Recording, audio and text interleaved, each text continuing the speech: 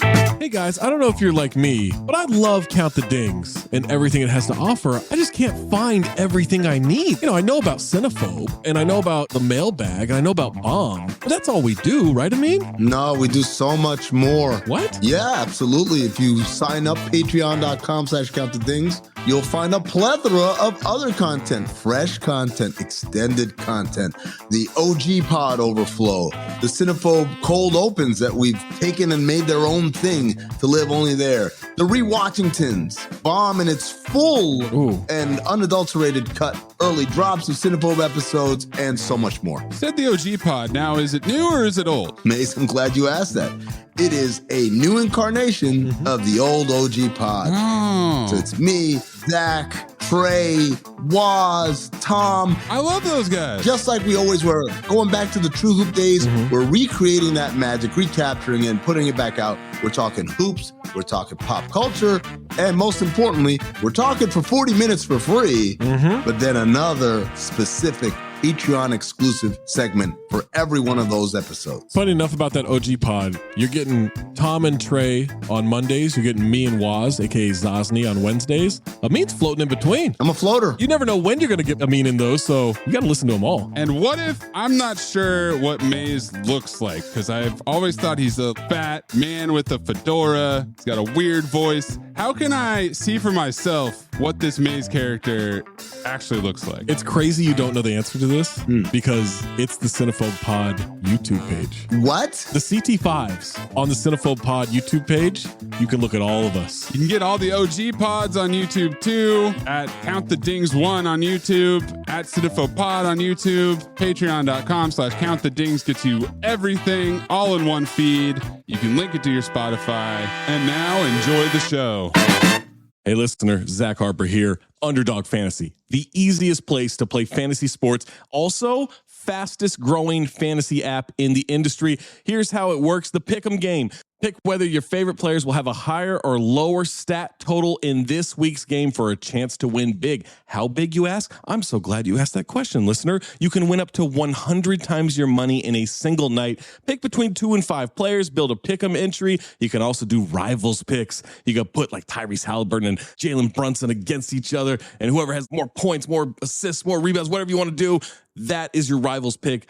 I would maybe go with Jalen Brunson in these playoffs. By the way, in the regular season, Jalen Brunson, scoring tear, going higher on his point totals all the time. Joel Embiid, whenever he did actually play, higher on his scoring totals all the time. Victor Wembanyama, for the next 15, 20 years, here's a pro tip for you. Take higher on the blocks. That's right. So you're probably wondering, how do you sign up? Oh my God, listener, you are full of good questions today. Sign up with the promo code DING, that's D-I-N-G, to claim your special pick first time deposit offer up to $250 in bonus cash. $250, man, that's a lot. Visit underdogfantasy.com or find them in the App Store. And don't forget to register with our code DING, D-I-N-G, to claim your special pick and first time deposit offer up to $250 in bonus cash. Must be 18 or older, 21 or older in Massachusetts, Arizona, 19 or older in Alabama and Nebraska, and present in a state where Underdog Fantasy operates. Terms apply. Concerned with your play, call 1-800-GAMBLER or visit www.ncpgambling.org. Arizona, 1-800-NEXT-STEP. That's 1-800-639-8783.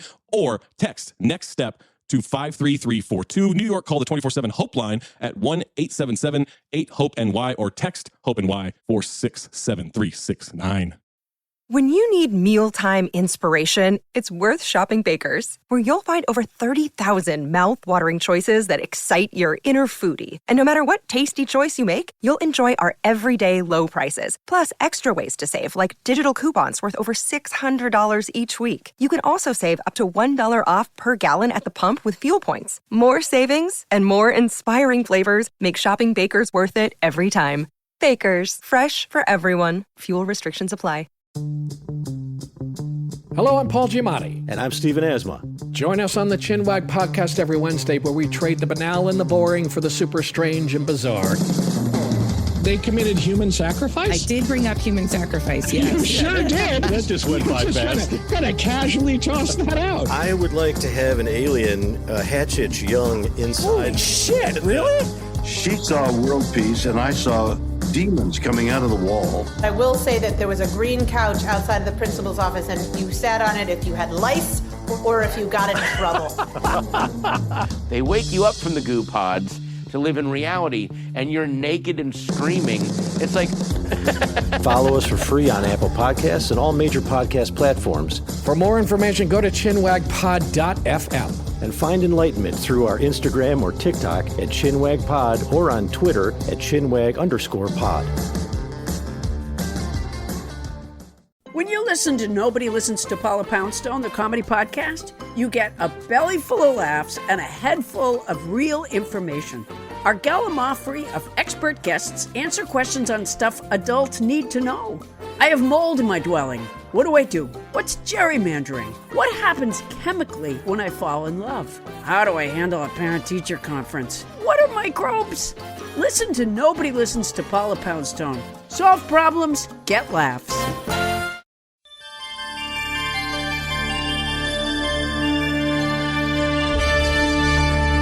Previously on Cinephobe. I think two people have to watch their backs right now.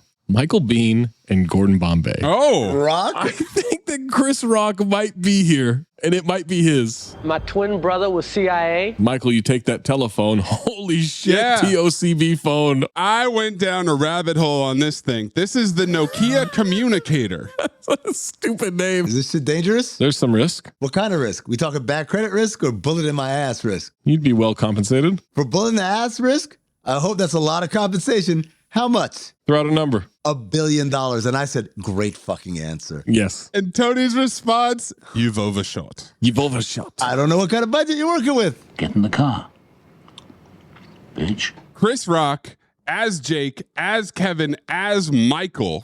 Russian nesting doll of ass on. I just realized who you've been calling Josh Giddey. Yeah, the hammer. I called him Timothy Chalamet. It's Fancy Pants. Garcelle. I love fancy. In the fog of the steamy shower. Not a chance they would let her leave. No. It's the CIA. Not a chance. They'd kill her. Absolutely. I'm all out of love. I'm so lost without you. I know you were right. Believing for so long. I'm all out of love. Yeah, yeah. What am I without you? I can't be too late to say that I was so wrong. He tells him Voss called. They're on in 2 hours. But at that point, it's like maybe an hour and a half.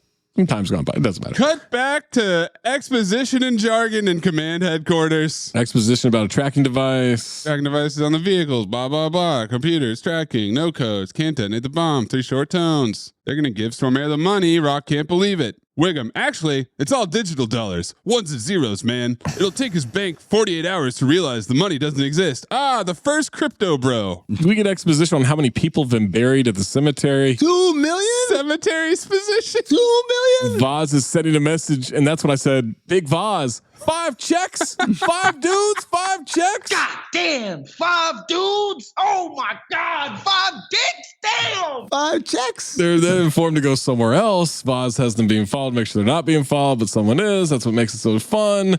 They drive through the country. Dog 1, this is Carolina. Be advised, we're on a loose leash. I like that. I don't know why. You like military codes. Bald coat goon meets them, takes their coats, scans them, gets in the car. They're going to the monastery. Chotesov Monastery. Catholic month is back. Welcome to my church, where we worship money. He reveals the bomb, lets him look under the hood. Why is this alleged antiques dealer the one inspecting the bomb? And why does he know all this jargon? Ah, whatever. Doesn't matter. One electrical surge and you'll blow us all to hell. Chill, Michelle. I mean, relax. That's the hammer. He had to white it up. I mean, I don't know if you knew that, but he had to. Yeah. Rock is spitting out jargon. So much jargon. Stormare, ass off, walking around, gesturing, sneering, chewing up the scenery. I wanted to ask Zach, do you like knowing how far from Prague we are? I would love to know. Because it tells you like however many kilometers. From watching this movie, I think I'm going to go to Prague this summer. Wow. Yeah? Yeah. This did it. Yeah, this did it. I was like, you know what? I'm just going to hop around Europe this summer for a couple of weeks. I'll start in Prague. Are you going to visit the set locations? I'm doing a tour. I'm staying at that hotel, staying in that suite. The 3 blonde Czech women. Get those 3 blonde Czech women. Buffing Zach's ass. I'm going to have a man feed me caviar. Are you kidding me? It's only 12,000 crowns. While Zach tells bad jokes that the whores all... Yes.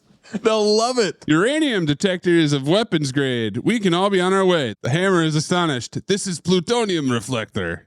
Plutonium. That's what I meant. Plutonium. That's right. Seal is at a gas station 72 kilometers away. It's a massive empty silo because we got to love abandoned buildings. Stormare wonders why Rock is taking such a long time. He's bullshitting poorly. Clip it. We're not 100% foolproof. This last test was designed by the head of nuclear science at Caltech, a Dr. Dre. 30 seconds. 30 seconds. Dr. Dre, along with Dr. Irving and Professor Griff and the rest of the Wu-Tang Clan, know that it is best when you have a baseline screen situation to achieve a post-ocular cataclysmic calibration, or something we like to call the Shaq attack. Shaq attack. Yes, named after Dr. O'Neill of Los Angeles, formerly of Orlando. I called it reference bukkake. Avalanche of reference. I love that they keep cutting to Tony, who's got to be pissed at this. Tony Hopkins is not enjoying this at all. These guys can't figure out the codes for the bomb. Need him to keep stalling. The bomb starts beeping. Joseph Stalin. Yep, Joseph Stalin. Their download of the code data has been interrupted. Their goons storming the monastery. Code has been moved to Jake's computer, so they're going to try to extract everything and everybody. Stormare wants his remaining 19 million. Hops makes a call to Seal. Time to show them the money. The transfer's going Swiss bank accounts. This blew my fucking mind. So they cut to Shea Wiggum. Fake Mike Shore. In Nerd Jargon HQ. And my man has two windows open. He's got one bank account. He's got the other bank account. What does he do? He clicks and drags $19 million across the screen. Have to. Drag and fucking drop. It reminded me of virtual reality and disclosure. Yeah. Oh, wow, it's cool, but you still have to physically do things. Yes. Transfer it all. No. You've got to drag and drop. Lawnmower Man, too. He had to drag and drop the program into Job's brain on the screen. I hate if I transfer money from one account to another, savings to checking or checking to savings. I hate that I have to type it out and then click submit. And all. I want to just drag, baby. Mouse work. That's all I want to do. Drag bundles of cash. Oh, my God. That's what it should be. That's how I pay all my bills. I drag from my wallet and drop it on the counter, you know? Exactly. Come on, Wells Fargo, get your shit together. Voss is leaving, and that's when, Dragon steps up with an AK. Have we mentioned Dragon Onchilov yet, the reviewer from arts.movies.rex.reviews? Because I thought about him quite a bit. No, we have not. Shout out to that legend. Yeah. Hop says, know any good prayers? Voss says Dragon has a lot of nerve showing his face in Vaz's church. Know any good prayers is TGT. That has to be, right? Or is it banter? No, that's TGT, dude. What's the British version of Kentucky Fried Banter? Cockney Fried Banter. High tea banter. Yes, high tea banter. Oh, I love that. Yeah. Little HTB. Cut the crusts off, you know? Yes. No. No one's calling anyone a high tea. Little finger sandwiches. And guess what, guys? Film noir, Josh Giddey, double-crossed Vaz. The hammer? No! Stormare was Teddy Rexing the shit out of himself. I love it. Americans and Russians work together again with Swiss bank account. He's ass off in this movie, but he would not shut the fuck up in this. Teddy Rexing, man. Someone had to do something in this scene. As we got so much tech jargon happening. Giddey the Hammer shoots him in the head, and Dragon loves it. Giddey the Hammer. Rock hits his big red easy panic button on his watch. Code red. Everybody move. Well, how does he know to do that? Because Tony tells him. Tony Hop says, "What time is it, Mr. Hayes?" It's easy button time. Giddey grabs the computer. This guy's kicking Agent Seal's ass. Giddey asks Dragon for his money. Dragon shoots him in the head. Another double cross. And Tony says, triple cross. Haven't seen this many crosses since 3 days before Easter. Oh. No? Too soon? Almost topical. He's risen. Almost 6 months ago. Here's the computer. There's your bomb. Where's my money? I said, you ass-on son of a bitch. Why would you trust the dude? We got a shootout in the church now. They're yelling not to shoot the bomb. Hayes yells not to shoot him either. Comedy. When Dragon yells, don't shoot the bomb, you fool. There's your Louis Pinnock, because he's British. I said, don't yell on television. There is a lot of stray wild machine gun fire with the suitcase nuke. Oh, my God. Some of the worst shooting of all time. The worst shooting? How about Chris Rock praying? Can we talk about that? What was the direction? That's the part where I'm pretty sure the director was like, can you do it, but do it blacker. Black it up. Oh, Lord Jesus. I'm like, what minstrel show is this, man? All right, more bad shooting. Seal gets away. Rock calls Tony. James Bond is there. Reference. Flying out of the monastery in a car. They lose the tracker on their way out. No surprise, Chris Rock is ass on at driving as well. Of course. I forgot about the tracker and thought that they had set off a bomb. So I'm waiting for this thing to explode. Now we've got Tony shooting the van driver. It goes flipping off the road. We got a car chase. Well, you got your wish. I wish for Jennifer Lopez naked. Reference indeed. So at this point, were J-Lo and Diddy together? Oh. Because he made the Diddy party reference earlier. No, they'd already broken up. Okay. Because she broke up after the shooting. But it's still pre-Gigli. Yes. Pre-Gigli J-Lo. This is prime J-Lo. This is still in her prime, man. 19 on a fucking 10.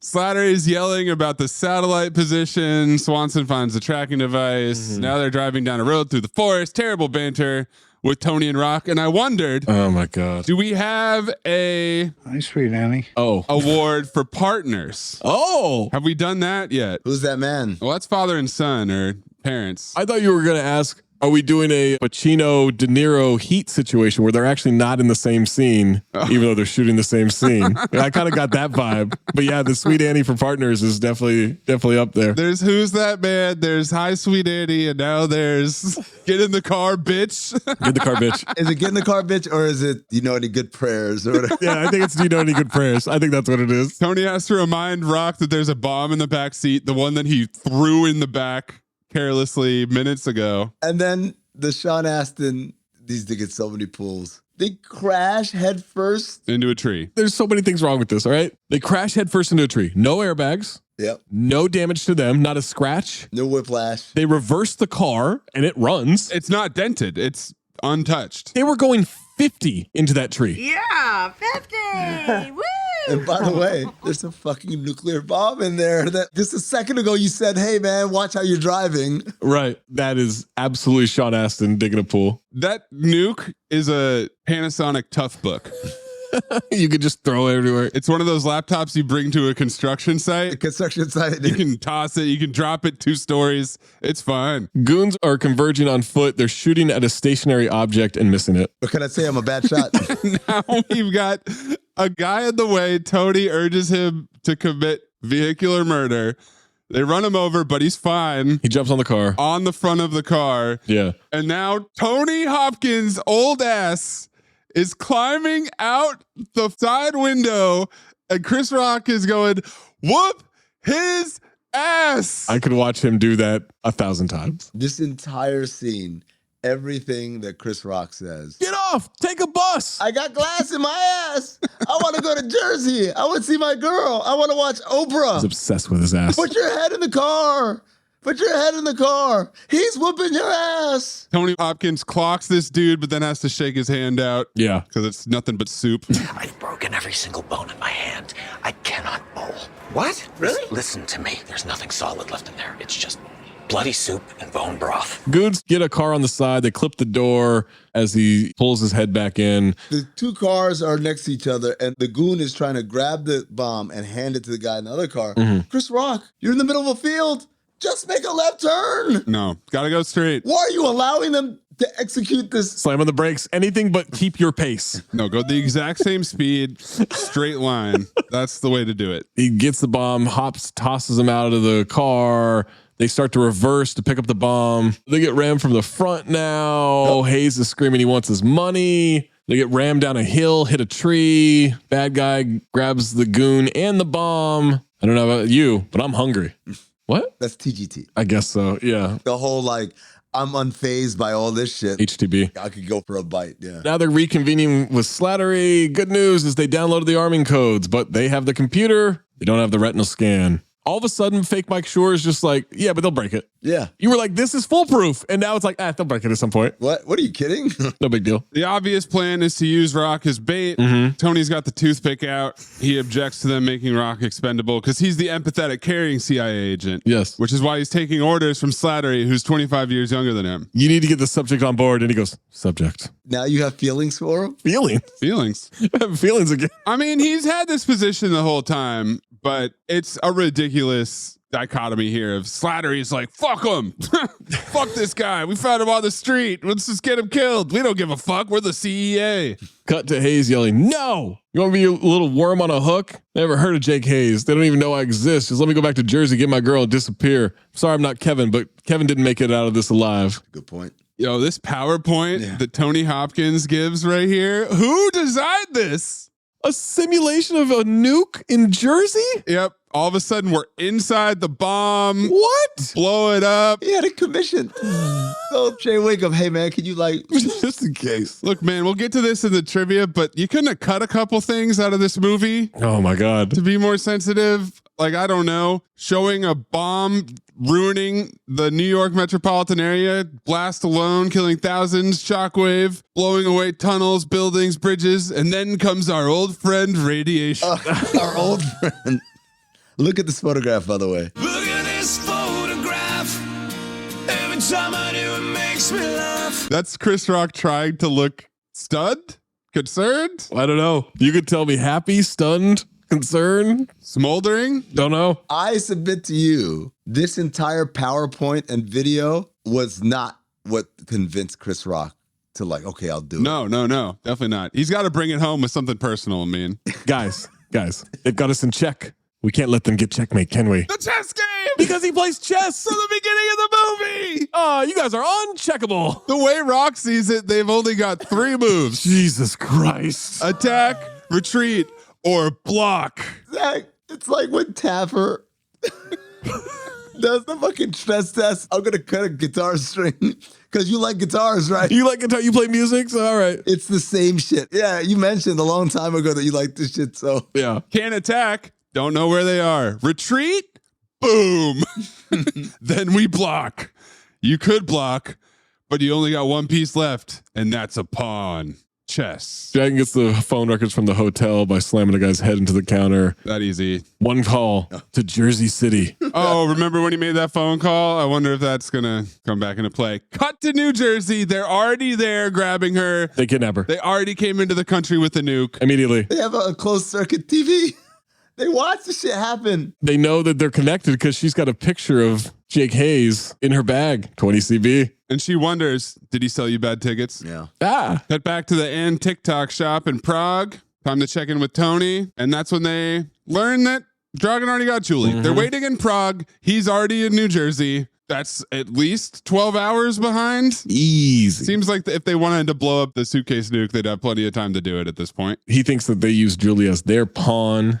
Huh. Yes. Huh. He's a pawn star. Cut to New York. These command headquarters setups. Incredible. Where everyone is in motion. And I love it. There's 75 people setting shit up. And it's just like, what the fuck? Incredible chaos. They're in a parking garage somewhere. They are so not subtle. The lack of subtlety for the CIA setting up these operations. Maybe it does stand for crackers in my ass. Yeah. Slattery tries to tell him there'll be extra money in this for you, son. They inject a very technologically advanced jargon spread spectrum transceiver behind Rock's ear because they'll never find that, right? These are the nanobots from X vs. 7. Yeah. They can blow up his heart at the push of a button.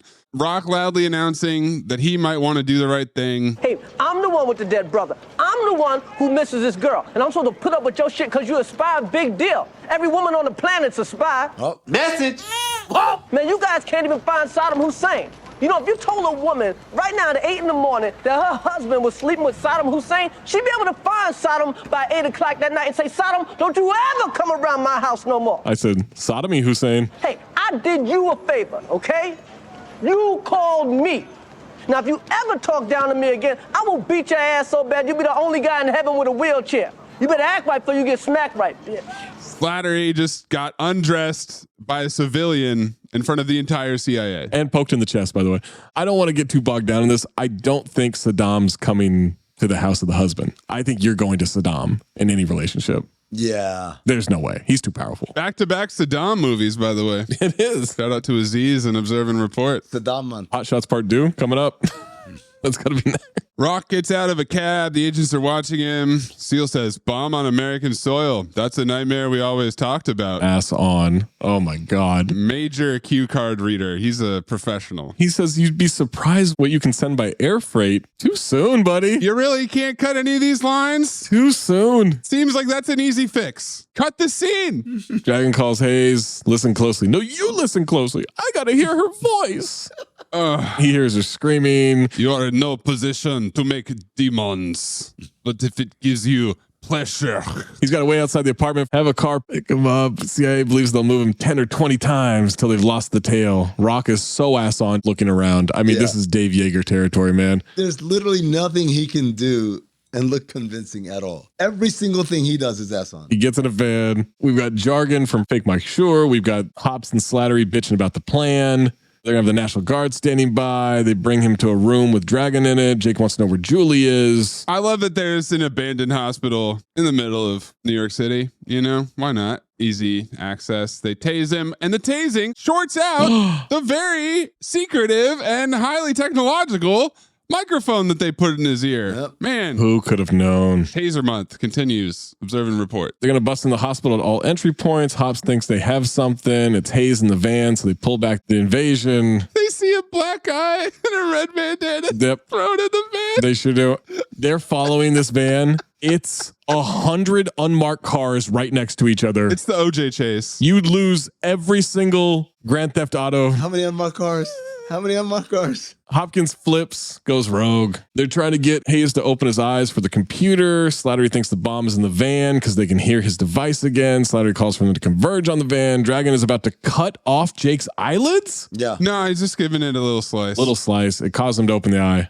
Pretty good strategy. Scan successful, access granted. Tony is the only one who figured out that there was a decoy, so he's flipped around. They crash into the van, which they think has a bomb on it. I'll remind you once again, really don't give a fuck about this bomb. They open fire, kill everyone. Film noir, it's a different black guy. Yeah. It might be the same stuntman that was running in Prague earlier. I don't know. I was waiting for Slattery to be like, yep, it's him. Shoot him, yeah. Open and shut case, Johnson. Sprinkle some crack on him. Let's get out of here.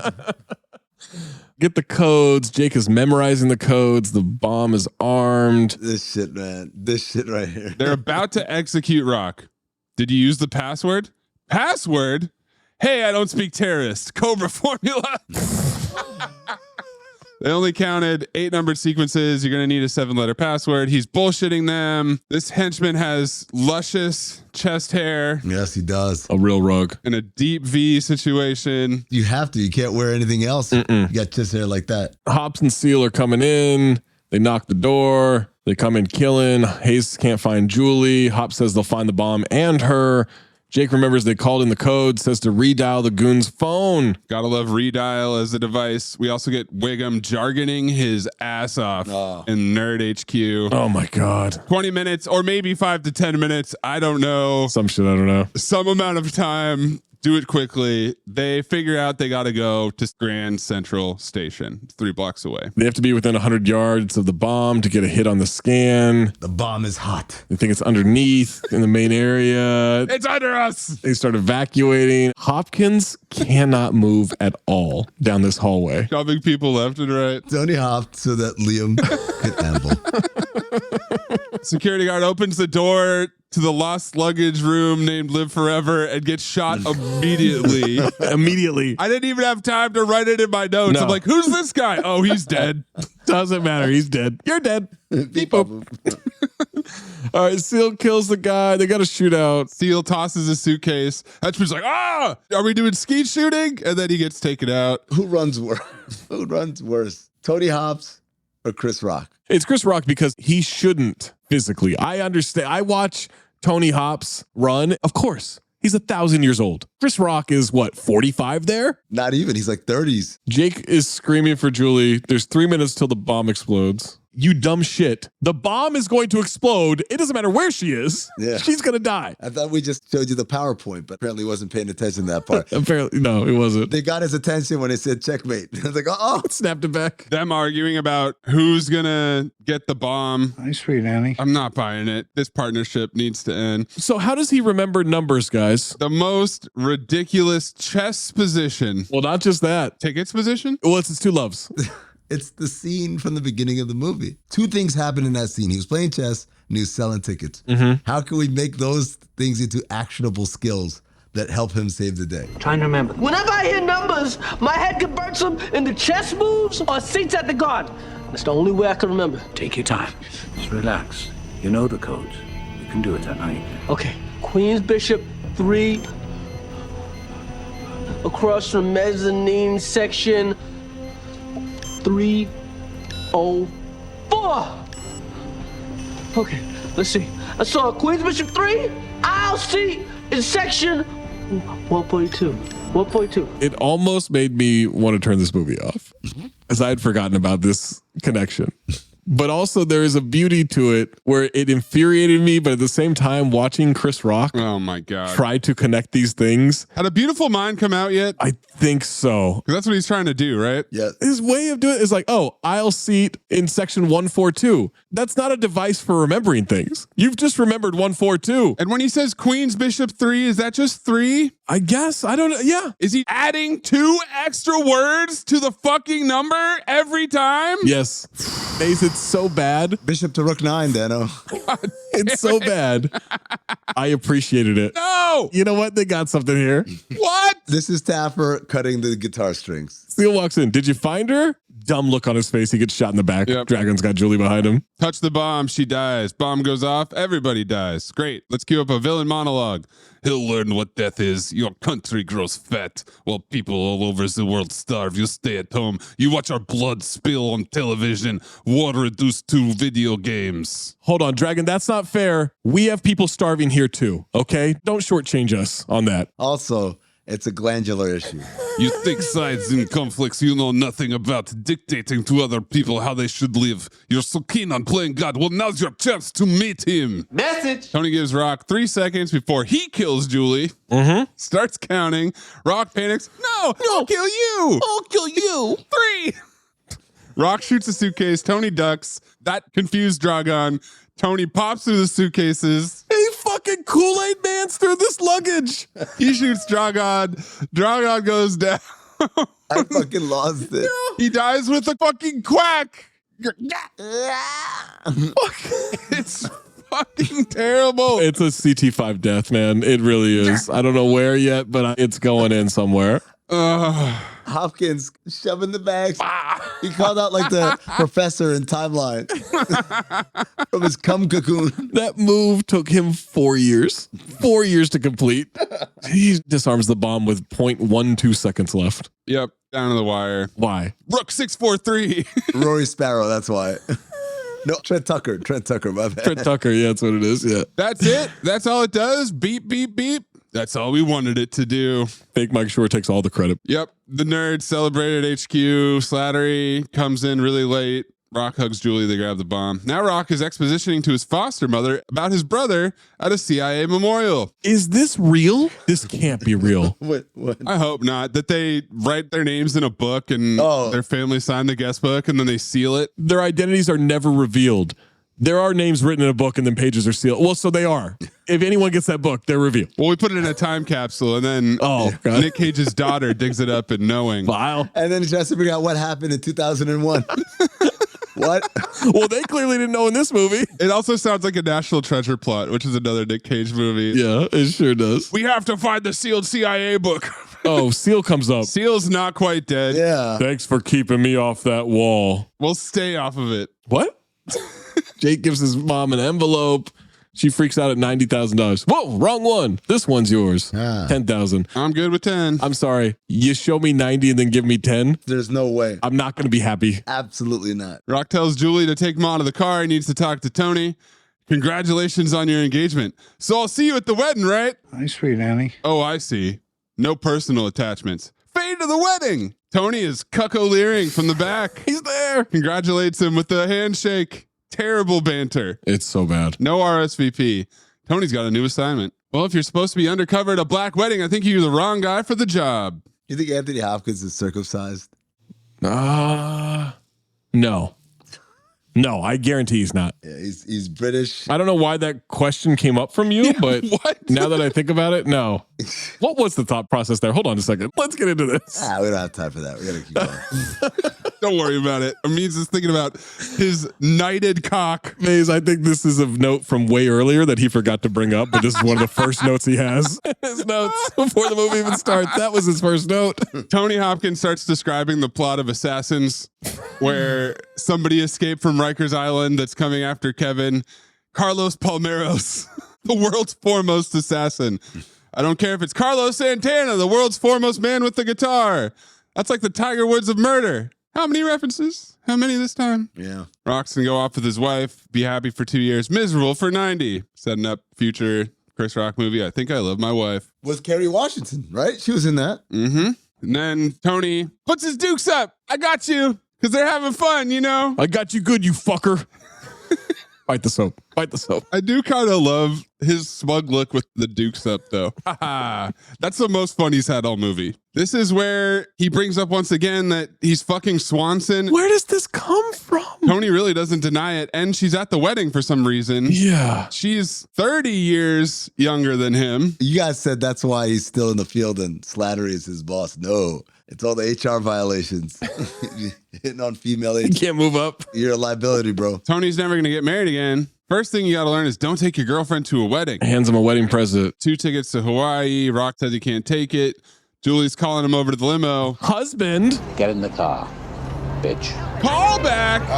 He tosses the bouquet. Says never say never. Jagged Edge. I'm all out of love plays right before. Breathe in, breathe out. Abruptly. It's another toss. All out of luck plays for like 5 seconds. Let it rock. Let it go through the credits. No. We paid the rights to breathe in, breathe out. We're going to get our money's worth. God damn it.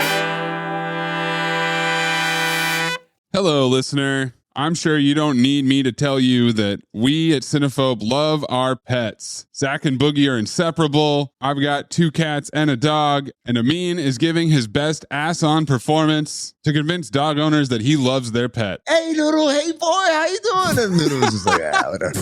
Which is why today's episode is sponsored by the ASPCA Pet Health Insurance Program. For many pet parents, summer is all about making travel plans like adventuring through the national parks, visiting pet-friendly beaches, or road tripping across the country. Wherever your journeys take you and your furry friend, you can help protect them along the way with the plan from ASPCA Pet Health Insurance. The ASPCA Pet Health Insurance Program offers customizable accident and illness plans, making it easier for pet parents like you to help your pet get the care they may need. The ASPCA Pet Health Insurance Program has been around for over 18 years, and they've helped more than 600,000 pets during that time. They allow you to customize your plan, helping ensure that your pet's plan is as unique as they are, because vet bills can really add up, especially when you're least expecting it. It's simple. Use their app to submit a claim, and you'll receive reimbursement for eligible vet bills directly into your bank account. To explore coverage, visit aspcapetinsurance.com/dings, D-I-N-G-S. That's aspcapetinsurance.com/dings.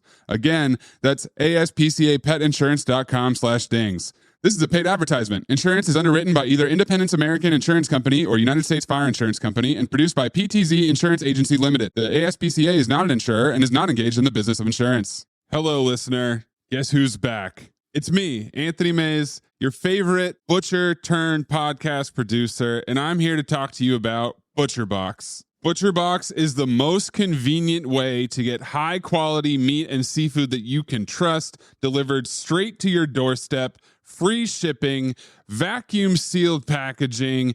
It's ready to go right then. It's ready to pop in the freezer. You get exclusive member deals and a variety of high quality cuts at an amazing value. Going to the grocery store can be a huge pain. You're usually in a rush at an inconvenient time.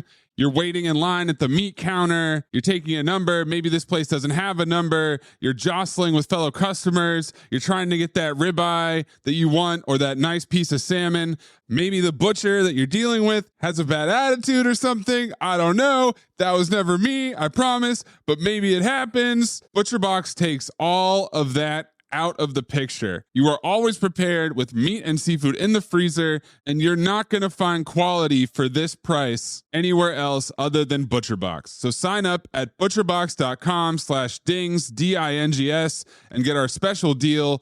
ButcherBox is offering our listeners a free for a year offer plus an additional $20 off. You can choose salmon, chicken breast, or steak tips free in every order for a year. Sign up today at butcherbox.com/dings and use code DINGS, D-I-N-G-S, to choose your free for a year offer plus get $20 off your first order. Hey, it's Kaylee Cuoco for Priceline. Ready to go to your happy place for a happy price? Well, why didn't you say so? Just download the Priceline app right now and save up to 60% on hotels. So whether it's Cousin Kevin's Kazoo Concert in Kansas City, go Kevin, or Becky's Bachelorette Bash in Bermuda, you never have to miss a trip ever again. So download the Priceline app today. Your savings are waiting. Go to your happy place for a happy price. Go to your happy price, Priceline.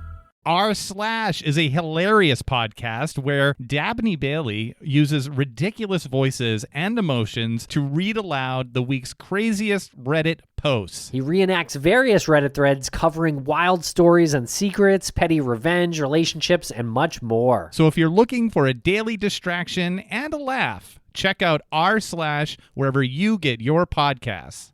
Okay, what do all these funny people have in common? Cecily Strong, Jason Mantzoukas, Duncan Trussell, Paul Scheer, Scott Aukerman, Beth Stelling, Tom Papa, Lauren Lapkus, Louis Anderson, Lisa Gilroy, Paul F. Tompkins, and Sir Patrick Stewart. They've all played characters on the hit comedy podcast Mega, an improvised satire from the staff of a fictional megachurch. The next time you're in the mood for some laughs, great guests, out-of-this-world improv, and cultural commentary, we're here for you, baby. Listen to Mega anywhere you listen to podcasts. Who cares if you lose the game? You got this off your chest. I mean, it's just one night of bar trivia. Ooh. One night of bar trivia is sacrosanct to us. Trivia is sacrosanct. Based on the script for a canceled sequel to Blue Streak. What? Oh my God. The film became somewhat famous for its connections to the September 11th terrorist attacks. It was the last major production of film inside the World Trade Center. It wasn't in the building itself, but it was in the train station underneath. The film plot, written years before the attacks, involved a variety of Serbo-Balkan extremists, including a man from Afghanistan. I mean, it was a speculation, but okay. Planning a huge attack in New York City. The release date was moved from late 2001 into a summer 2002 release, similar to other films with terrorism or violent crime-related stories. But they didn't change anything. Nope. They said, we're going to keep the script as is. When Chris Rock is dining with Garcelle in Prague, he says, "I'll eat a pig's ass if they cook it right." This is a line from his 1996 HBO special. It was originally titled Black Sheep until it was discovered that there was already a movie with that title starring David Spade and Chris Farley. File. Future Cinephobe. Ironically, there's also a movie called Bad Company from 1995 with Ellen Barkin and Lawrence Fishburne. That didn't stop them? It's clearly because Chris Rock is friends with Spade and Farley. Yeah. And was aware of that movie and wasn't aware of the Lawrence Fishburne movie. He's not friends with Ellen Barkin. I am. In an interview, Anthony Hopkins admitted that he thought the film was bad and that he only agreed to appear in it as his agent thought he should appear in a blockbuster. One for them. He was in Silence of the Lambs. Did he fire the agent after that? He was also in a movie with Alec Baldwin where a bear attack happens. You remember that? No, The Bear? The Edge was the movie with Alec Baldwin. As Jake enters Kevin's apartment, he states that one could have a, quote, puffy party in it, a reference to Sean Diddy Combs. Chris Rock used that same description 3 years later on Madagascar when Marty the Zebra happens upon celebrating lemurs. So that is a Chris Rock original. Goodness. We're going to be joined now by, you know her, you love her. She is the senior entertainment reporter from Anscape. She's an Emmy Award winner. This might be our most credentialed guest ever, right? Yeah. Shout out to Kelley. Ian Carmel also has an Emmy, though. Ian's got an Emmy, yeah. Oh, that's right, yeah. Couple Emmys cutting it up. Kelley Carter joins us next. Chef Reactions was nominated for a Webby account. INDEPEND. Do you know what that means?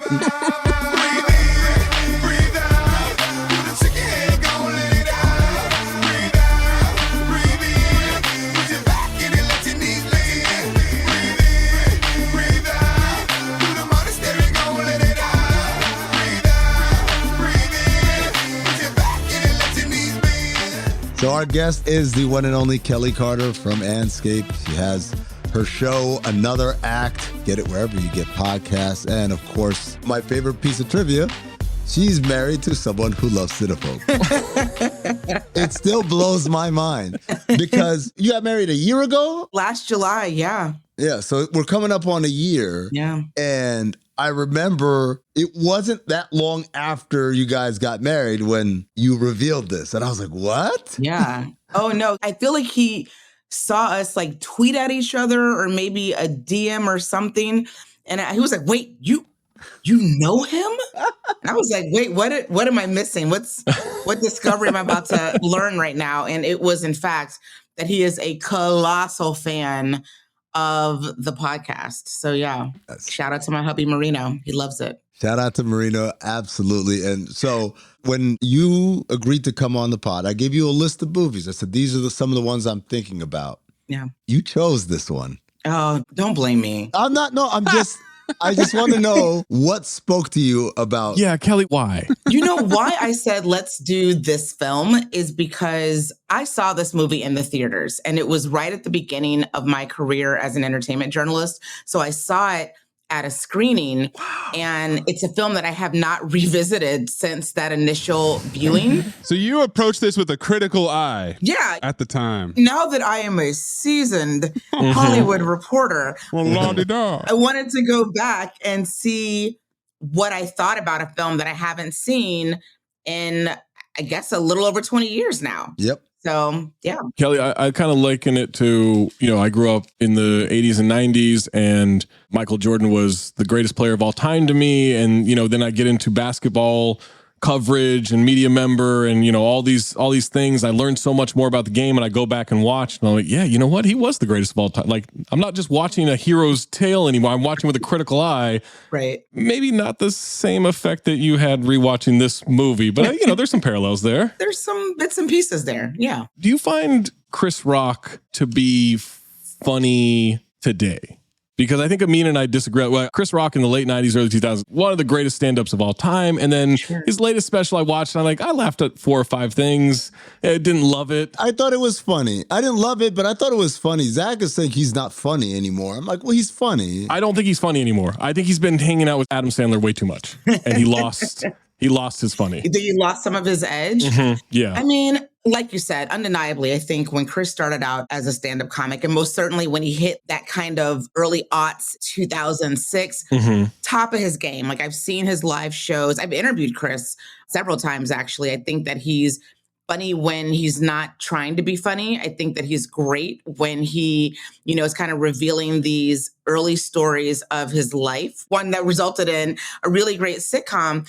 But I do think sometimes, just like with rappers, as you age out of the very humble beginnings that you come from, where a lot of your material comes from, I think it can be a little stickier maybe for comedians. I'm kind of making up this comparison as I'm saying it.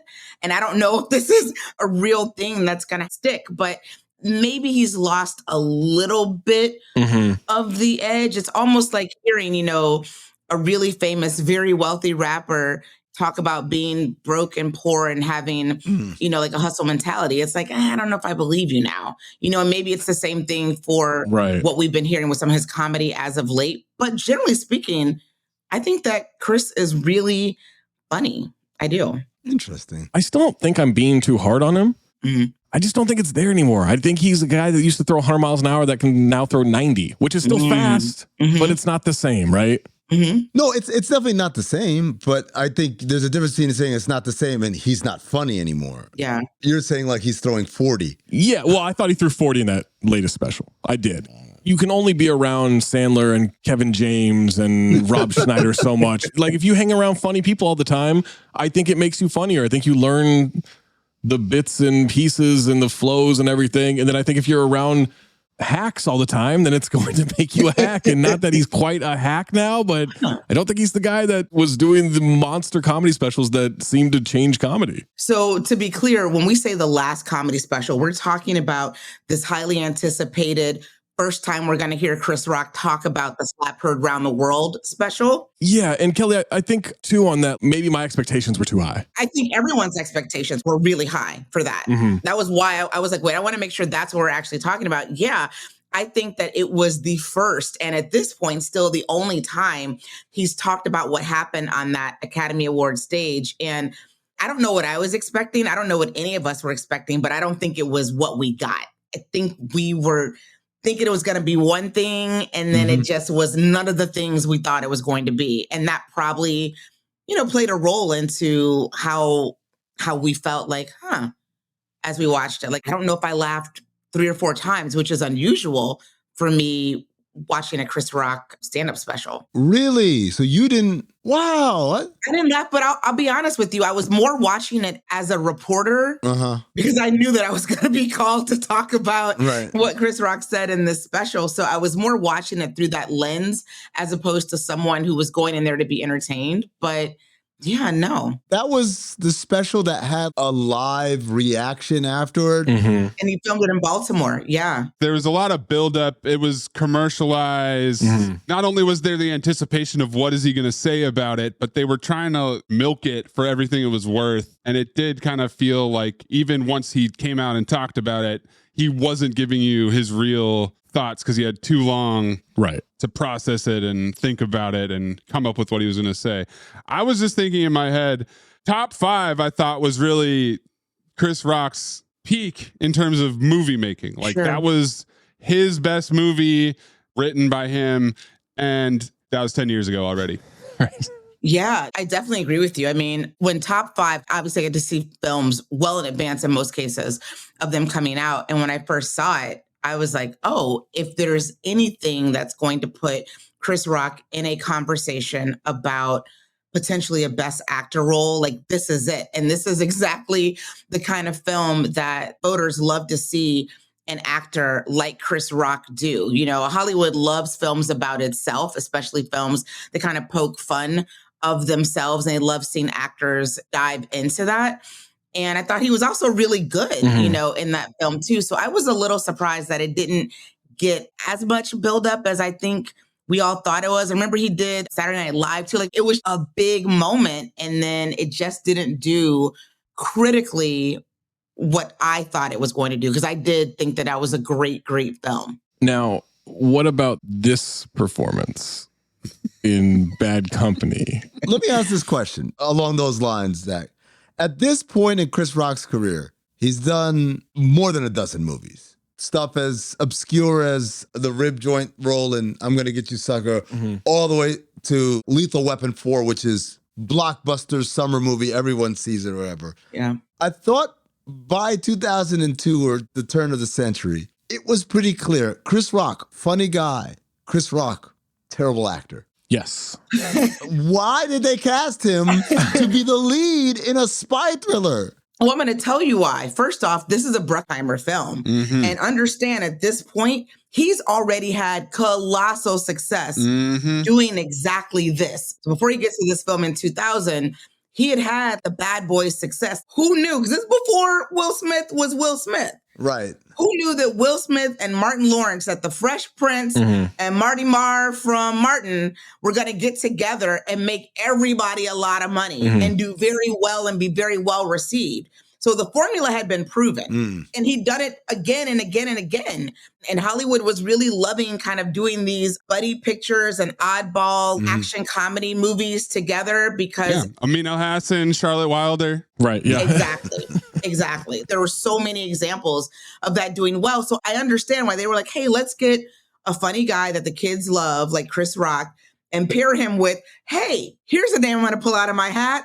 Anthony Hopkins. Let's see what that looks like. I totally understand that, especially because that was happening all over. Kelley, they couldn't have possibly assumed that Anthony Hopkins would have mailed with every bit of postage he had this performance in, right? Because this is so good. Let's be clear here. I think Anthony Hopkins could read the phone book and I'd be like, oh my God, he's going to be nominated this year, guys. He's going to be nominated. Oh, I'm in. He did it again. He did. Oh my God, when he got to the C's. Most brilliant reading I've ever heard in my life. Oh, he got to the injury lawyers and I just lost it. Yeah, right. Yeah, Kelley, the comparison I made, which was another Bruckheimer movie, is Enemy of the State. Oh, yeah. Which is Gene Hackman and Will Smith, and pretty much the same dynamic. Exactly. They have the established, older, white authority figure, and then they bring in somebody off the street. Mm-hmm. He's not a secret agent. He's not in the CIA. Right. But he's thrust into CIA positions like a fish out of water. Completely. And we've seen this same formula happen, honestly, since the beginning of filmmaking. Mm-hmm. But specifically, like you said, with this dynamic of older white guy, young, probably funny Black guy who doesn't really operate in this world, come together and create, for the fans who go and consume these films, movie magic. I love the way you said probably funny. That got me. Well, I mean, because supposed to be funny. Yeah. Supposed to be funny. It'll be funny, I hope. I don't know that people necessarily, I guess when I think about it, people think of Will Smith as a funny guy because of the comedic timing that he showed us on Fresh Prince, but we don't think of him as a comedian because he's not a comedian. He's an actor who can be funny, but and a lot of those roles that you talked about, that's what he gave us. Well, when did that happen with Will Smith? Was that Ali? When he really, really doubled down and is like, I'm a serious actor now? I think it was Bad Boys 2. It was absolutely not. For me, it was Bad Boys 2. It came before then, I think, because remember, he did a couple of indie films. The thing is, you don't remember.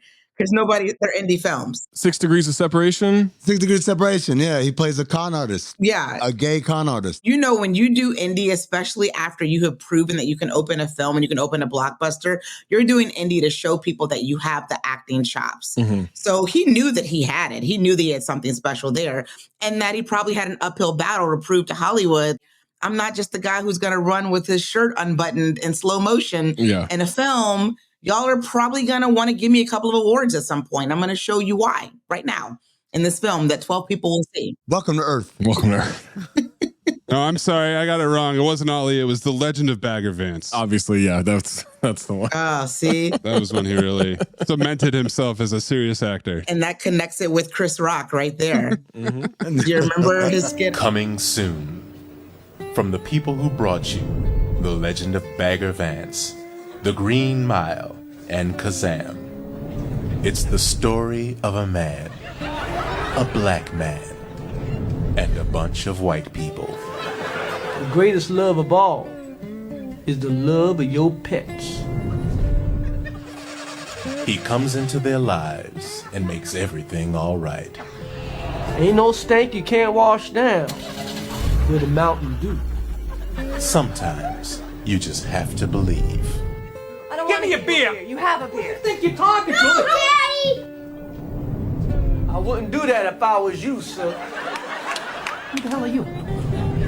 You know, smacking your wife is like buying a mouse a pair of shoes. 3 shoes ain't as good as 2 shoes unless you got 3 feet.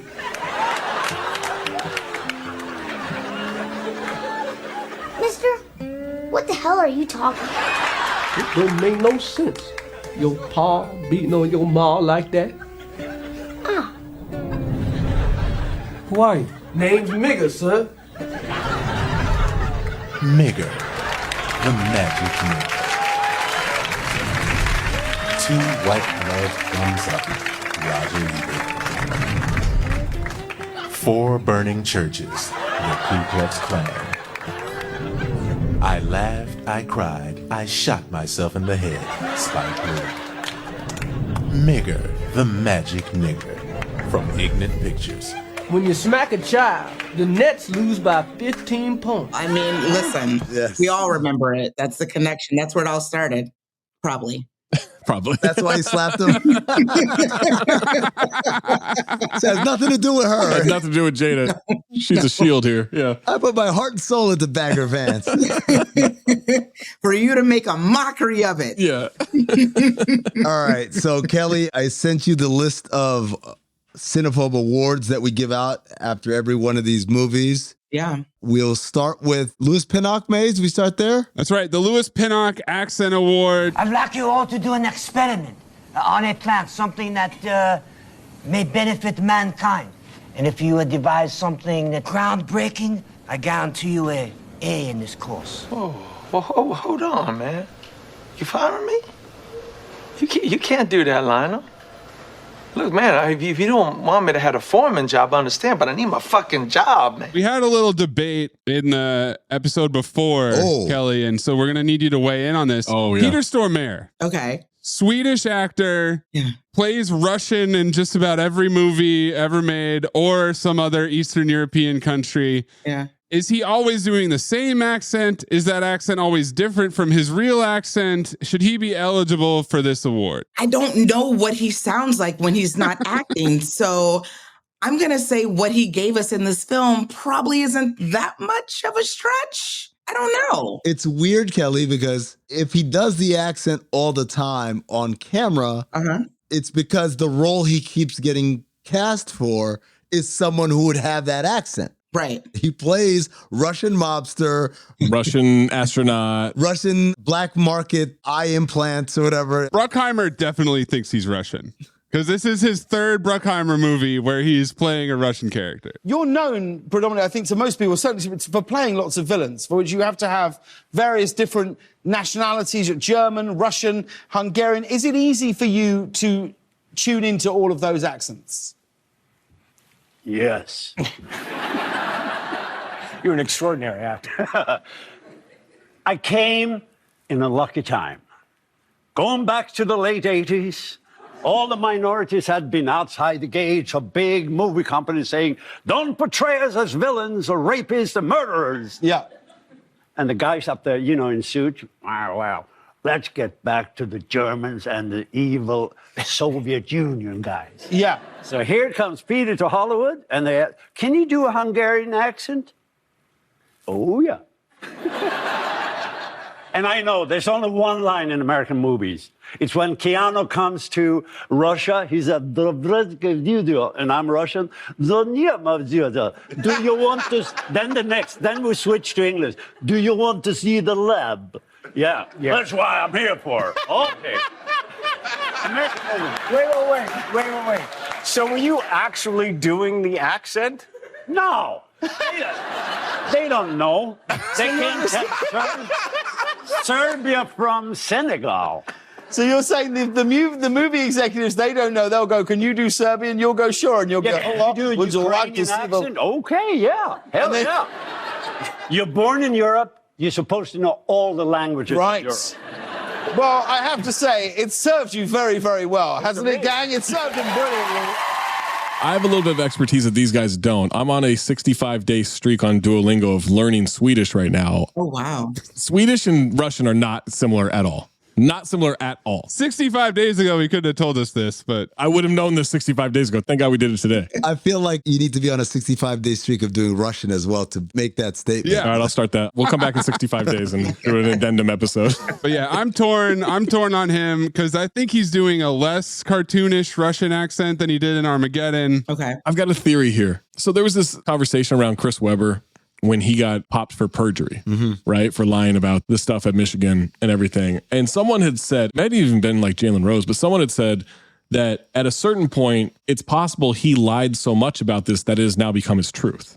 So what if, despite being super Swedish, Peter Stormare has been Russian in movies long enough that he is now considers himself Russian? Yeah, I mean, honestly, he could be like Robert Downey Jr. in Tropic Thunder. The DVD credits haven't quite hit yet, on his totality of his career. So he just has always stayed in character. Maybe that's it. I don't break character until we wrap the DVD commentary. It's such a great line. It was such an incredible line. Because we know that to be true. I'm sorry. Look, rest in peace to Heath Ledger. He got robbed of an Academy Award for that. He got absolutely robbed. For sure. So the other nominee is the main bad guy, Dragan Adanic. who's played by Matthew Marsh, a British man. And so the whole movie, I'm waiting for Dragon to talk. And I was like, oh, well, yeah, there's your other Lewis Pinnock nominee. So what do we think? Is it Peter Stormare? We've gone through his catalog, or is it the British man playing a Slavic of unknown origin? You know, didn't you kind of feel a little sorry for Peter's character when he realized the double crossing? Yeah, absolutely. Triple cross. I felt some empathy for him, right? So it made me kind of hate Dragon so much more. I didn't like the eye slicing thing at the end. That didn't feel gangster enough. I don't know, but maybe. I'm with giving it to Peter Stormare. Yeah. Oh, you still want to stick with that one? Until we get confirmation of who he actually is. And my hope is that not only does he not have a Russian accent, but he actually has a thick Texan accent or something like a Southern accent. Well, howdy, partner. My name's Peter Stormare. Southern, not prospector. My name's Peter Stormare, and I'm a PI. Oh my God. If he goes Cowboy Carter, I would just cry. But it could happen. Yeah. It could happen for sure. I love that idea. Kelly's like, I've never heard him speak outside. Yes, it's true, man. No, I haven't. Kelly, you've got to, his next movie, you got to be on that press junket. I got to do a sit down with him. Yeah. Just to be like, tell me what your real speaking voice is like, sir. You're out of character now. What if he just starts switching up? What if he does British and then Russian and then Asian accent, Australian accent, like all this stuff? He's just got your head spinning at that point. That's what I expect. Then I'm going to come back on this show and demand that he be considered for an Academy Award, a retroactive Academy Award. I'm going to demand that happen. Lifetime achievement. Exactly. We're fooling everybody. Let's show them who the horsemen are, guys. Yeah, we got soul.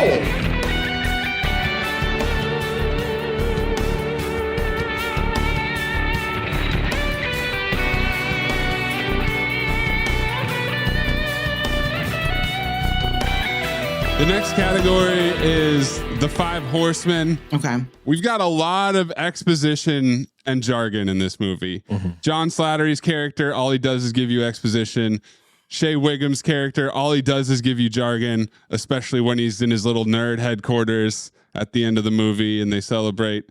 We've got twins, Cobra formula. So Kelly, this might be a tough explanation here, but Cobra formula is when you say something sort of vague, prompting your scene partner to ask you a question, and then you punch it home with the punchline. So in this movie, the example is they're about to execute Rock, and he says, "Did you use the password?" Oh. Password? Yeah. Hey, I don't speak terrorist. There's your Cobra formula right there. As your punchline. Okay. So there's quite a bit of it in this movie. There is, yeah. A couple other themes reference. They make so many references to other things. Yeah. James Bond. Shaq. Dr. O'Neill. Wu-Tang, yeah. And then banter. There's a lot of banter that goes on. Something serious is said and Rock comes back with something funny. A lot of Chris Rock one-liners too. Yeah, I don't know if that's banter or if it's one-liners. Yeah, clearly they were like, just let Chris cook, and just see what he does. And he fucked up Top Ramen. That's what he did when he cooked. He just couldn't even get the... So let me ask you this. For the Horseman Award, are we also looking for the message of the film, like that kind of constant recurring theme? Message can be the Horseman, yeah. Because that's how I interpreted that particular award. And for me, the message was, hey, guess what, guys? You don't have to have an Ivy League education to be brilliant. Street smarts can also serve you very well, even in a terrorist situation. Street smarts. And I felt like that just kept coming up, even from the beginning when they were training him how to respond in hostage situations or whatever.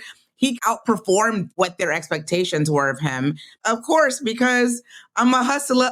So that was like what I was getting from that, right? And then even at the very end, which first off, in order to even watch this movie, you have to suspend reality beyond every realm of reality you've ever suspended before. But by the time you get to the end, I don't know how I was supposed to make the connection that he's great at remembering. Oh, God. Where seats and rows are for Knicks tickets and the chess. The mnemonic devices. Remember the codes to stop the bomb from going off? This is what we're supposed to walk. He didn't have to go to Princeton to get that. Yeah. He have to be a Dartmouth person. That was an incredible late push by Chess to get in the Horseman mix. Yeah. Yeah. Kelley, what you forget, okay, and obviously your bona fides are unimpeachable, but this is your first time on this show. For sure. What you forget is you have to take yourself back to about an hour and 40 minutes previously in the movie. You got to picture him in a park. He's playing speed chess. Yeah. He's got a backwards Kangol on. Yeah. He's working that Nokia, Yeah. selling tickets. He's playing chess. Like, that's where his mind is. That's where he's at his most comfortable. Sure. So if he can turn anything into chess, nuclear codes, Queen to Bishop 3. Why wouldn't that be the thing you think of? The way he was delivering, he was like, row 14, seat 34. Why can't you just remember 14? 14, 34. I was like, what is this? What is happening right now? I can't think of numbers unless it's tickets at the Garden. So 1434, I don't know. Oh, row 14, seat 34. What the fuck? Mm-hmm. It was so crazy to me. I mean, we know, but I'm like, who wrote this and why? Why was this the big ending? This is wild to me. Wild. Because if I find myself in that same situation, I'm looking at Anthony Hopkins like, start praying. Yeah. And I'm sorry.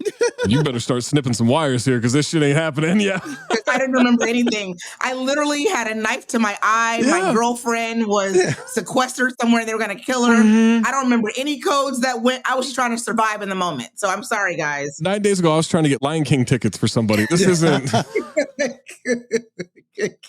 like Street Smarts. I like Street Smarts. Yeah, that's a good one. I think that might be the horseman of the movie. Yeah. Street Smarts, lock it in. Excellent. Who needs the Ivy League or a Harvard hat when you got hustling, playing chess on a cell phone, selling tickets? Yeah, that's all you need in life. Breathe in through nose, out the mouth. Ass on, ass off. Teddy Rex, Moosey Teddy Rex. Teddy Rex, Moosey Teddy Rex. Ass on, fuck it, ass off. Ass on, fuck it, ass off. All right, this is what we're all here for, okay? This is the Michael Biehn Memorial Ass On Award. This is the worst actor in the movie, Kelley. And so, despite a valiant effort from Gabriel Macht, our man from Suits as Agent Seal, yes, who delivered exposition about international terrorists with a wry smile as though it amused him, it's Chris Rock as Kevin Pope, as Jake Hayes, as Michael Turner, as all three at the same time. It's got to be, right? He's got to be the worst actor, right, Kelley? I'll be honest with you, Kelley. For me, the race was between Chris Rock playing the different characters. I felt like him playing Kevin Pope was a lot worse than him playing Jake Hayes playing Kevin Pope. But what about him playing? But what about Michael Turner, though? Right. The antique dealer.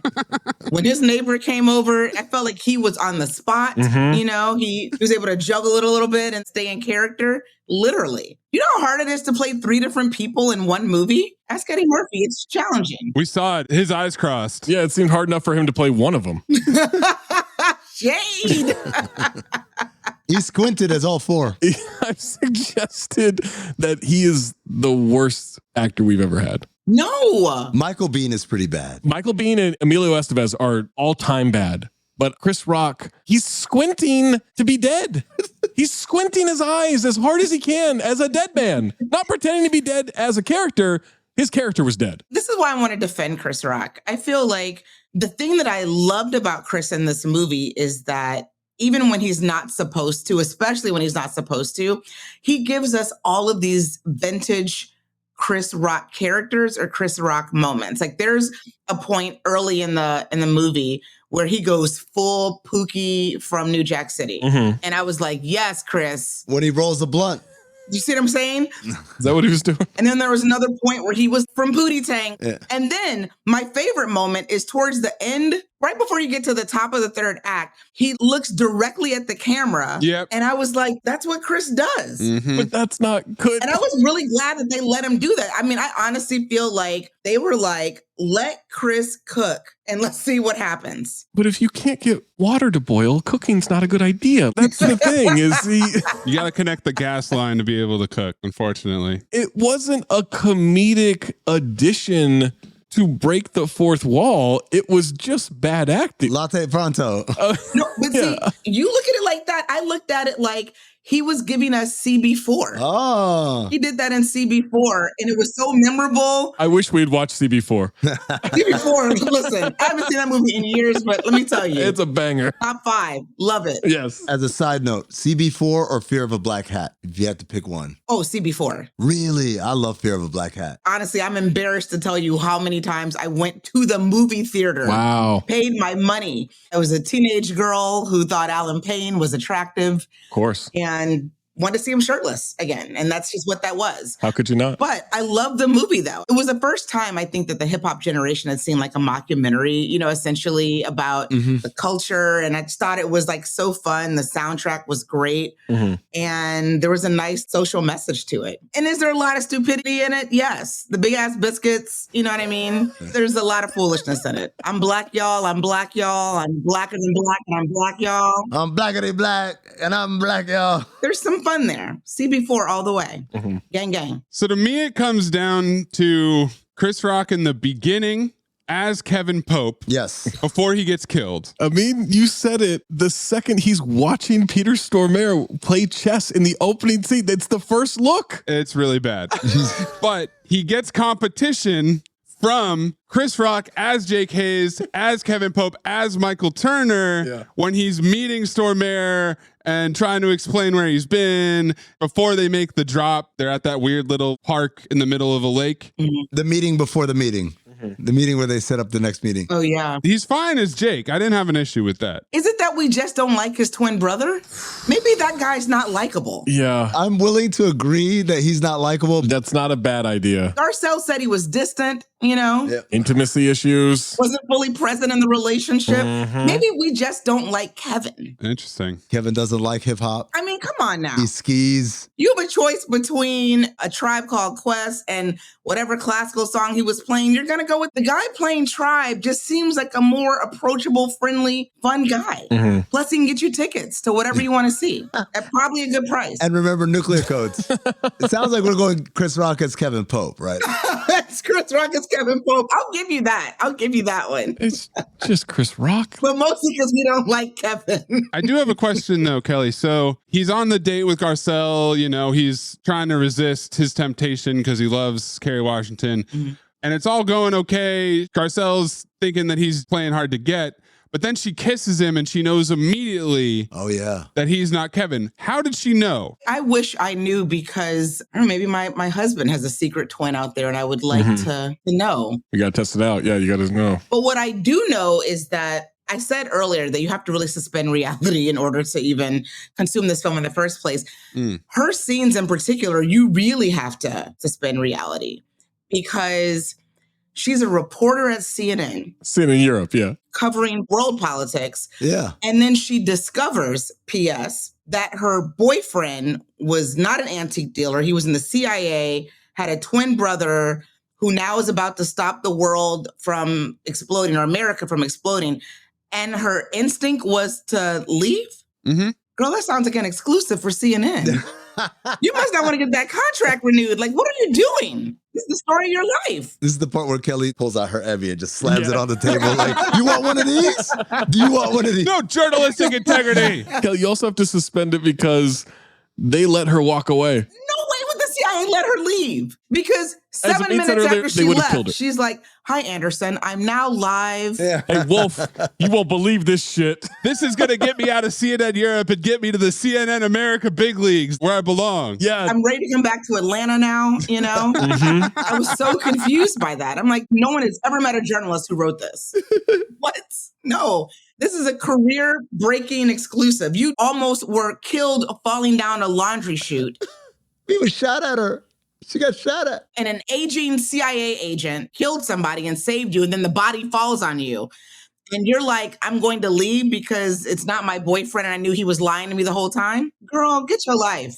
Call your agent and say, I've got a really big story. Should I take it? What's my contract? Where are we with my contract right now? I'm launching my Substack. To be fair, though, we don't get that amazing comedic line of, I'm going back to the Balkans where it's safe if she makes another choice, right? You have to get that line in there. Right. Because that changed comedy. It's cliche for a reason. Yeah. You're right.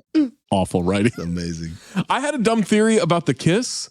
What if Jake is like missing a back molar or some kind of tooth, and that's where she noticed it? Because they clearly had different dental plans. I mean, he was adopted by a family that could send him to an Ivy League school. Had to have. He's getting braces at 10. Yeah. They talk about the scar from surgery. He could have taken his shirt off. Hey, where'd that scar come from? Yeah. There was an easy way to get there, but no, it was the kiss. He slipped too much tongue, and that was a dead giveaway right there.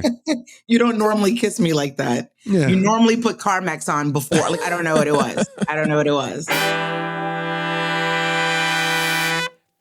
The Carl Weathers Memorial Ass Off Award for Best Actor in the movie.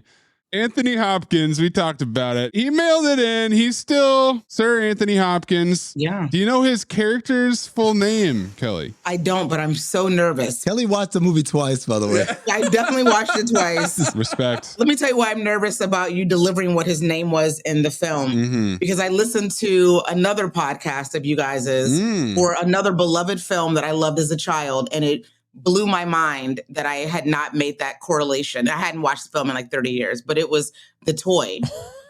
Eric's full name that they called him, and I completely missed it. That's the context that I just wanted to give you that preface because I'm nervous about what his character's name was because you gave me that in that other podcast. That's a good instinct to have, Kelley. Yeah, I'm nervous. Yeah, go listen to the Toy episode to get that joke a million times. Go back and listen. I'm not saying it. Go back and listen. Anthony Hopkins plays CIA agent Gaylord Oakes. Oh, wow. Okay. Never mentioned his first name for some reason. At no point. But Anthony Hopkins is the kind of actor that needed to know his character's full name in order to really go there, you know? Yeah. And that's Schumacher going, I don't know, Gaylord Oakes. It's fine. Like, just let's shoot this.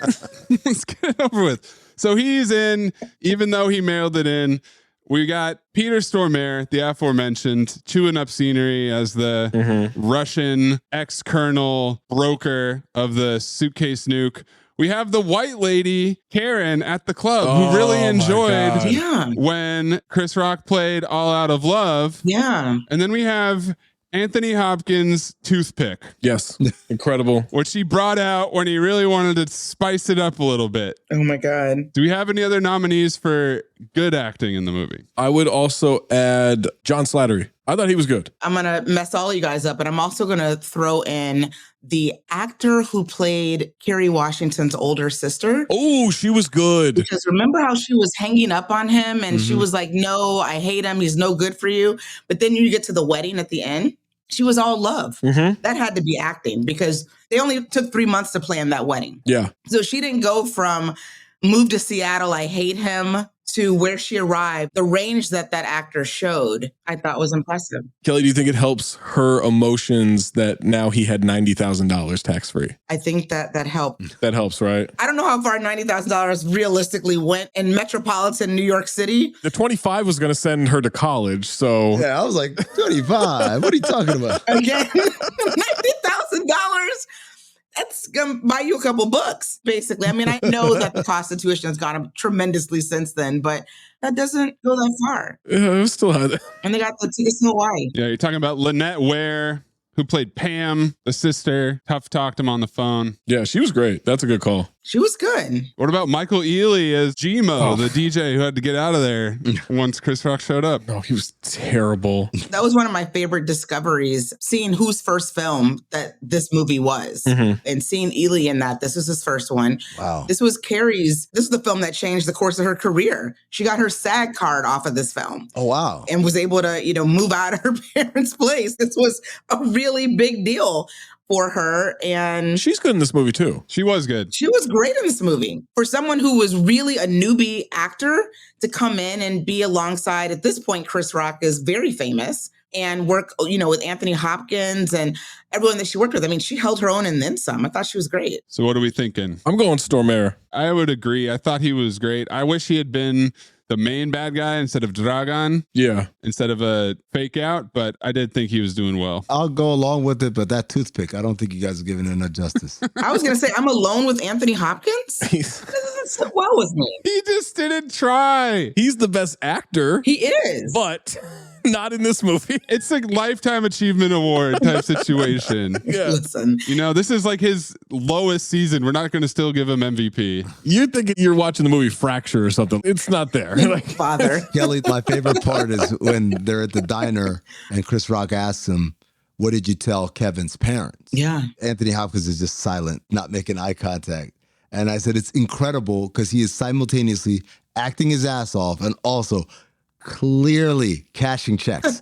And you can see him do the math in his head. It's like, okay, carry the zero here. And But you know what? He also, to me, in that same scene, didn't go as ridiculous as we've seen other actors who have found themselves in similar films go when you have these racial dynamics. Chris Rock is like, you would have been better just telling me, get in the car, bitch. And then he does it twice in the film. Yes. Get in the car, bitch. Bitch. Yeah, we're not done with Tony Hopkins because that will be coming up in the next category. Yeah. I said, yo, it's there. This guy's going places. I do want to ask you a question here about the power dynamics at the CIA. We got John Slattery, 25 years younger than Anthony Hopkins. Yeah. There's clearly a lot of tension and history there. Tony Hopkins must have been disgraced at some point. You know, he must have been on a higher track. Maybe he just likes being in the field. He doesn't want to be in management. He likes being in the action. Oh, yeah. That's what I was thinking. And also that he was a good infield guy. I'm ascribing some backstory here, some tension, some previous power jockeying, but you guys are just like, no, he likes the job. Well, I don't think he likes Slattery, right? I think there's clearly a conflict of personalities there. Like Kelly said, like Amin said, I think he's just good in the field. Like the moment where they're chasing the van and he's like, nah, fuck this. We're flipping around, going back to the hospital, the abandoned hospital. Slattery's not doing that. Yeah. He was so focused. Yeah. He's the dog chasing the tennis ball. Yeah. He's a pencil pusher. Oh, what's protocol say? Right, Oh, yeah. Shut up, nerd. You're good at keeping secrets? Absolutely. Because I've got a present for you. Secret present outside by the dumpster. Is it a baseball mitt? To fit you like a baseball mitt, like a glove, I hope. Golden Dumpster nominees. The Golden Dumpster is the most memorable moment of the movie, your favorite moment of the movie. I got this one. We got Chris Rock playing chess for the white guy. So why don't you give me $20 right now and we'll save 20 minutes. Then we've got him negotiating with Tony Hopkins. Throw out a number.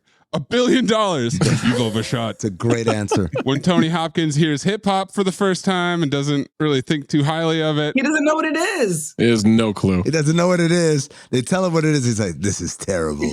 This is my winner. I'm just coming out right in front and saying it. Tony Hopkins saying bitch.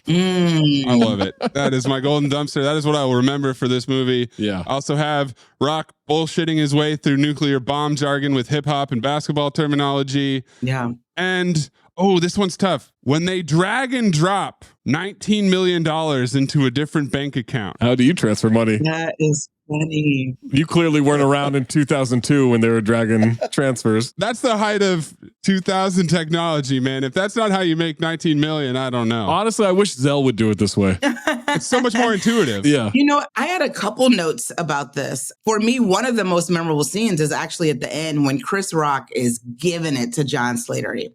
He gives what to me was like the dumbest speech in the world. All of a sudden, he just became a fourth character, I guess.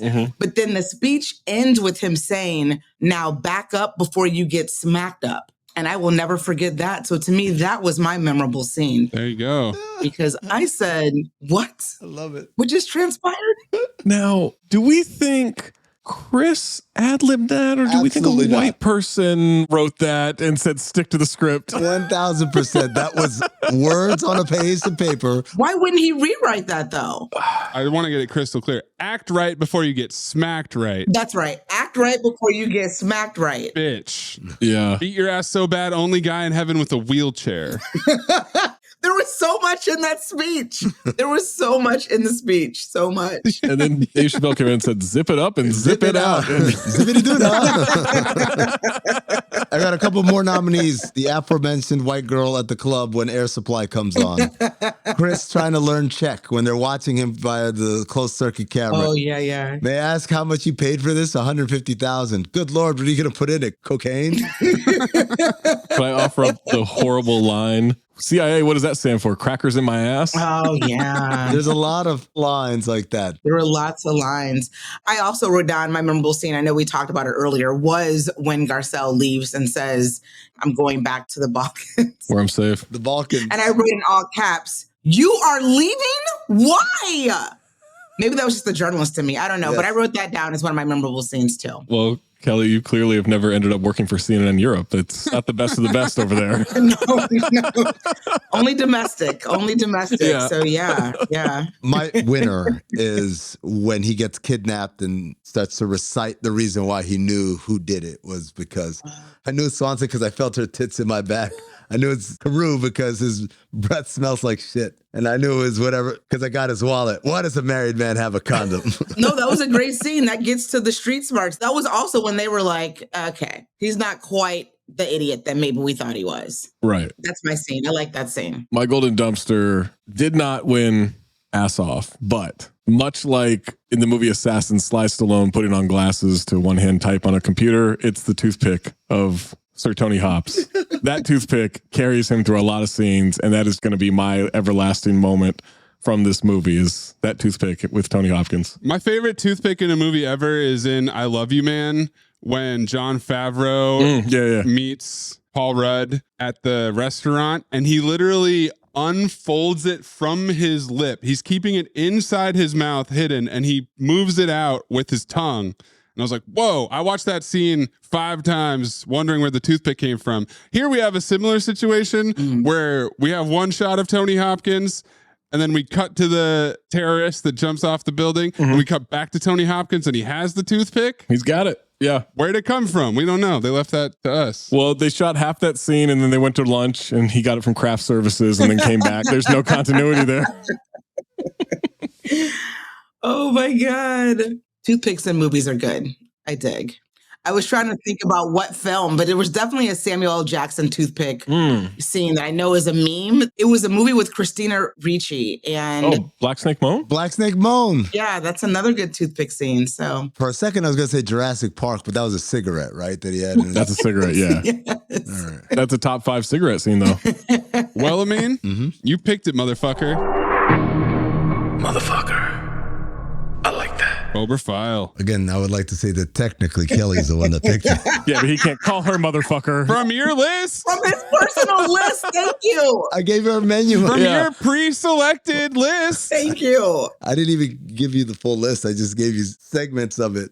But this movie, look, it's poorly acted by Chris Rock. And the dialogue is horrendous. And a lot of it doesn't make sense. But I think for the purposes of our podcast, it is the perfect movie. It gives us ample opportunity to make fun of it, make fun of the performances, make fun of the logic. And I enjoyed it. I had fun. I laughed. And maybe a lot of that time I was making myself laugh and not the movie was making me laugh, but it doesn't matter. It's going to be a file for me. I liked it. Thumbs up. Kelley, you're our guest. Cobra File. Honestly, I'm going to go with File. Wow. I think that even though you have to absolutely suspend reality like never before in order to even watch the opening scenes, it follows, like I said earlier, that formula of melding comedy and action and delivers all of the predictable all's well that ends well finale. And isn't that kind of the point of a movie like this, to remind us that we're the champions of the world and that we can save us all? And I personally think because this film was delayed because of what happened in 2001, maybe that's probably why it didn't do as well. I think a lot of us were feeling all the feels, 7 months later. It was too soon. In the aftermath of the attacks. Exactly. And I think they were the last movie to film inside of the World Trade Center too. But I feel like why they said, let's go ahead and push it out there is it's supposed to unite us and say, all of us, the Ivy Leaguers and the street hustlers, can come together and save America from terrorists. And I don't know, I liked it. And I thought it was entertaining, even though, again, I cannot emphasize this enough. You have to suspend reality in order to just sit back and watch this film. Zach? Yeah. It's so bad. It's such a bad movie. What's funny is I made, sort of a reference to this in a joke earlier, but for some reason, even though they are not even close to the same movie, I misremembered, because I haven't seen this movie in probably 20 years. Do you see it in the theater? No, I think I got it from Blockbuster. I definitely didn't see it in the theater. Saw it in the theater with my brother. Of course. All the makings of a Cinephobe movie. Yeah, I left that out of my first note. Damn it. Yeah. Kelly, for some reason, many of the movies we've done on Cinephobe, especially they came out between like 2002 to 2006. I saw in the theater with my brother, including The Adventures of Pluto Nash. Oh, wow. We saw that opening weekend. Oh, did you? Well, there's a thing. Yeah. It's not for some reason, Kelly. It's because he likes bad movies. It's why we're all here. For some reason, we have this podcast. Yeah. There's nothing wrong with liking a bad movie. My best friend and I used to have what we called Bad Black Cinema Night. And Jamel, we go to Blockbuster, and in order to qualify, it had to have at least 2 rappers in it. Like if somebody like Rappy Forte was in it, we would be like, yes, we're watching this. Like baller blocking? Literally, or anything that Master P did. You know what I mean? Like I got the hookup. Yeah. We watched a film that starred Wanye Morris. Whoa. And I was like, I'm up in here. Wanye? I'm on his filmography. Were all the Boyz II Men in there? Highly recommend. You got to do it. That's my night. You got to do it. I'm going to find this. So I share your love of watching a movie that stuffy critics like myself aren't touting. Sometimes you just have to have fun when you watch a film and like kick back, right? For some reason in my head, I was misremembering the performance of Anthony Hopkins in Fracture with the performance in this one. Because I was like, oh yeah, I remember he was really good in this. And they're not even close to the same movie. Like one is about the murder of a wife in a home or something. And this is international terrorism. So as I'm watching this, I'm like, oh no, I definitely do not remember the same performance. And it's so poorly written. It's so poorly acted. The good actor in it won't try at fucking all. Anthony Hopkins will not try at all. The story doesn't make sense. Like you said, you have to suspend so many levels of belief. And yet it became so bad that I'm like, I gotta fucking watch this again. I will watch it if it's on because it's so bad. Like Amin, I think I just started making myself laugh with every dumb turn and every dumb scene in it to where I was wildly entertained. It's 35 minutes too long. Like it's way too long, but I mean, it's a file and I would not have thought this halfway through the movie. But once we get to literally everything with disarming this bomb, the chess, I was so mad at this. I was like, this has become so bad that I find it good. It's a file. Kelly, was the movie Uninvited Guest? Yes. With Mekhi Phifer? I was going to say, name off who else was in that movie. It's like the wildest cast. Mekhi Phifer, Mari Morrow, I don't know who that is, Mel Jackson, Melinda Williams. Yeah. Kim Fields was in it for like 2 seconds. Oh, I love Kim Fields. But Wanye. Yeah, okay. Kelly just booked her return trip to Cinephobe. Listen, I haven't seen it in so long. I would come back and do 4 critics reviews, 3 negative. That's all we need. Uninvited guest. I'm just excited for Wanye Morris. Oh my God, he was my favorite Boyz II Man. I can't wait to see what your thoughts are on his acting acumen. Yeah. I bet it's great. Excited for you. Kelly, I forgive you for doing this. You haven't been through 222 years of hellacious movies like what does that mean? My other 2 co-hosts. I refuse to be part of y'all's bad company. What? Phobe me. Wow. Get me out of here, man. Dude, it's so bad that it's entertaining. Absolutely not. Never. Wow. Amin was right. It's a cinephobe movie. It's so bad that you can't help but laugh and enjoy it. Yeah, it's a cinephobe. No.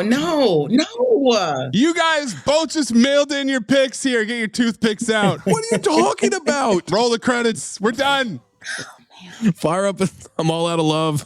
The Jagged Edge edition, though. That's a fire. The Jagged Edge version. That song is a banger. Yeah, they end it on a banger. And then they go right back to Breathe In, Breathe Out super abruptly. Why? Why did Breathe In, Breathe Out come back? There was no transition needed there. Let it go. Zach, that's what happens when one DJ leaves and the other one walks right in.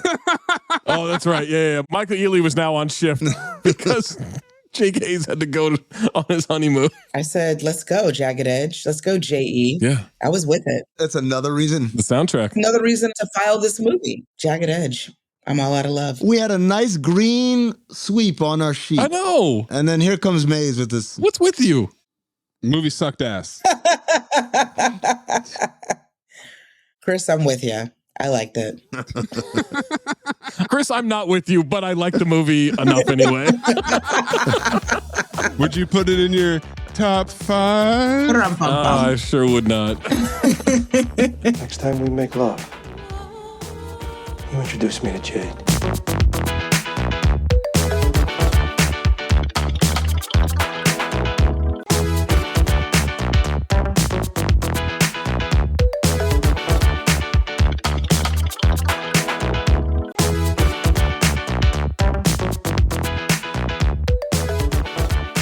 All right, whose pick is it?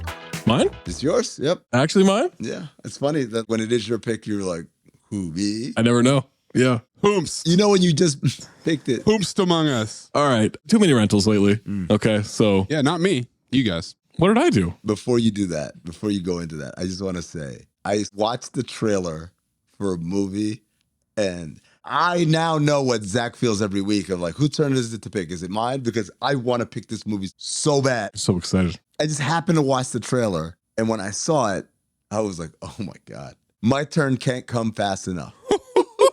Yep, luckily it's in a month. Zach, what's your pick? I'm torn between two picks. I really am. Both of them are shorter, on the shorter side. I believe like an hour and 35-ish minutes. Both are non-rentals. But I made the accusation that Chris Rock is the most ass on we've ever had, right? Mm-hmm. You did. The absolute most. You sure did. Now, we have other people vying for that award. So I'm going to make sure we do our due diligence and do our homework. Oh, no. Oh, no. This movie is available on Max. This movie is from 1990. No. This movie stars one Emilio Estevez. Yeah, Estevez, yeah. Charlie Sheen, Keith David. It is Men at Work. I knew this was coming. Now, I didn't know when, but I knew this was going to be a selection. Zach has talked about this movie a lot over the years. I mean, this one, when I made a list for 2024, it is the first one that was on there. Number one? Number one. If Emilio is anywhere near as bad as he was in Judgment Night in Men at Work. You can put me down for a file, by the way. Yeah, you picked it. I've seen this movie probably 100 times. I've never watched it. It used to be on Comedy Central all the time. 100 times? Easily. He's right. It was on Comedy Central like every weekend. Every time I saw that it was on, I turned it on. I probably know this whole movie by heart. That's the sound of steak searing in its juices on your new pellet grill. You heard that right. The Weber Searwood Pellet Grill can smoke low and slow at 180 degrees all the way to a high heat sear at 600. With the Weber Searwood, you can cook on the direct flame over the full grade sear zone. You'll hear the gasp of amazement from friends and family when you serve the food. Cooking with the Weber Searwood Pellet Grill just sounds delicious and tastes even better. That's the sound of steak searing in its juices on your new pellet grill. You heard that right. The Weber Searwood Pellet Grill can smoke low and slow at 180 degrees all the way to a high heat sear at 600. With the Weber Searwood, you can cook on the direct flame over the full grade sear zone. You'll hear the gasp of amazement from friends and family when you serve the food. Cooking with the Weber Searwood Pellet Grill just sounds delicious and tastes even better. That's the sound of steak searing in its juices on your new pellet grill. You heard that right. The Weber Searwood Pellet Grill can smoke low and slow at 180 degrees all the way to a high heat sear at 600.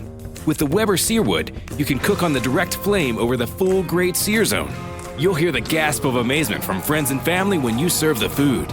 Cooking with the Weber Searwood Pellet Grill just sounds delicious and tastes even better.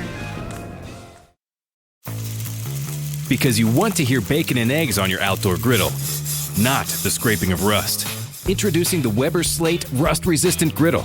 Stays ready, not rusty, with a carbon steel cooktop pre-seasoned and ready to cook on right out of the box. The Weber Slate heats evenly edge to edge up to 500 degrees. All you'll hear is the gasp of amazement from friends and family when you serve the food.